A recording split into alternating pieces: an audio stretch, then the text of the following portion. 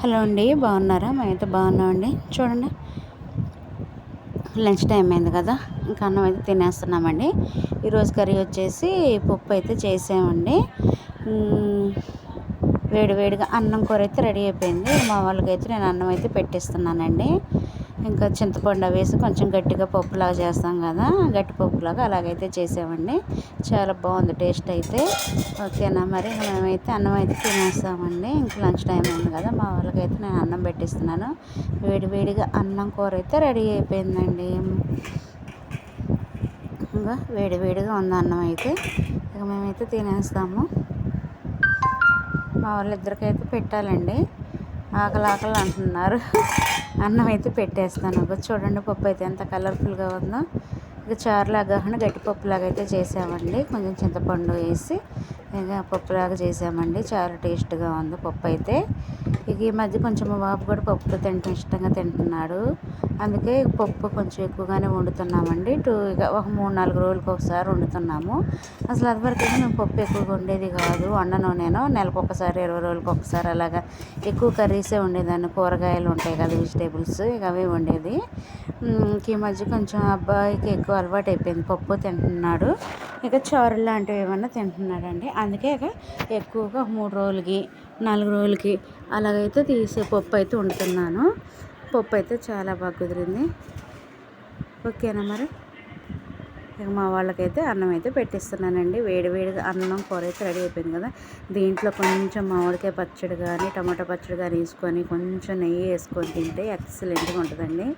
అస్సలకి ఇంకా తిన్న కొద్దిగా జారిపోతూ ఉంటుంది. వేడి వేడి అన్నం కూర కదా. ఓకేనా, మరి నేనైతే మా వాళ్ళకైతే అన్నం పెట్టిస్తున్నానండి. చూడండి, వేడి ఆరిపోతుంది అన్నం, ఆకలి అవుతుంది అంటున్నారు. ఇక మేము ఎప్పుడు మీకు తెలిసిన విషయమే కదా, తినే ముందే వండుతామండి. ఇక ఎక్కువగా 99% ఏదైనా పని మీద బయటకు వెళ్తున్నప్పుడు కొంచెం లేట్ అయ్యిద్ది, వచ్చాక వండుకోవటం అనుకున్నప్పుడే కొంచెం ముందైతే వండుతామండి.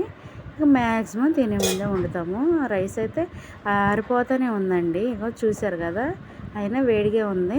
ఇంకా కొంచెం ఆలస్యం అయితే ఆరిపోద్ది. ఇంకా అందుకే మా వాళ్ళకి అన్నం పెట్టి ఆకలి అవుతుందంటే మా అబ్బాయి కానీ మా ఆయనగారికి అయితే పెట్టిస్తున్నానండి. ఓకేనా, మరి చూడండి, కొంచెం అయితే ముందు పప్పు వేసి నెయ్యి వేసిస్తాను. ఏదన్నా పచ్చడి కావాలి అంటే మామిడికాయ పచ్చడి అన్నా, లేకపోతే టమాటా పచ్చడి అయినా వేస్తానండి. పప్పు అయితే బాగుంది. నాకు అసలు పప్పు ఎక్కువ ఇష్టం ఉండదు, కాకపోతే కొద్దిగా ఏదన్నా అలాగా కొంచెం తింటూ ఉంటాను అనమాట. ఇష్టంగా అసలు నేను తిన్ను. గోంగూర పప్పు కానీ అవైతే కొంచెం పుల్ల పుల్లగా టేస్ట్ బాగుంటుంది కాబట్టి కొద్దిగా దాన్ని అయితే ఇష్టపడతాను నేను. ఇక ఇలాగ పప్పులు అయితే ఎక్కువగా అసలు ఇష్టంగా నేను తిన్నండి. ఇంకేదో ఇక మా బాబు కోసమే ఇక చేస్తూ ఉంటాను నేను. ఇక చూడండి, వేడి వేడి అన్నం, పప్పు, నెయ్యి, కొంచెం పచ్చడి వేసుకొని తింటే ఎక్సలెంట్గా ఉంటుందండి. ఓకేనా, కడుపు నిండా తినొచ్చు, 2 ముద్దలు ఎగస్ట్రానే తినేయచ్చు. నెయ్యి అందుగా కొంచెం ఎక్కువగానే వేస్తున్నానండి. మా వాళ్ళకి టేస్ట్ బాగుంటుంది కదా పప్పులోని.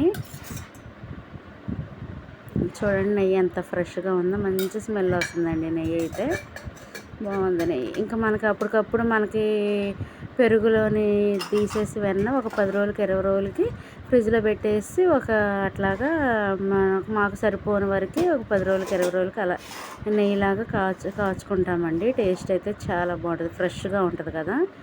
మళ్ళీ ఒక నెల అలా వస్తుంది అనమాట నెయ్యి. 20 రోజులకి, నెలకి అలా అలాగా కాస్తూ ఉంటాం అనమాట. నెయ్యి చాలా బాగుంటుంది. ఓకేనా, ప్లేట్లు మాత్రం చాలా కలర్ఫుల్గా ఉన్నాయి. మేమైతే తినేస్తున్నామండి. ఓకేనా, మా వీడియో నచ్చితే లైక్, షేర్, కామెంట్ అయితే చేయండి.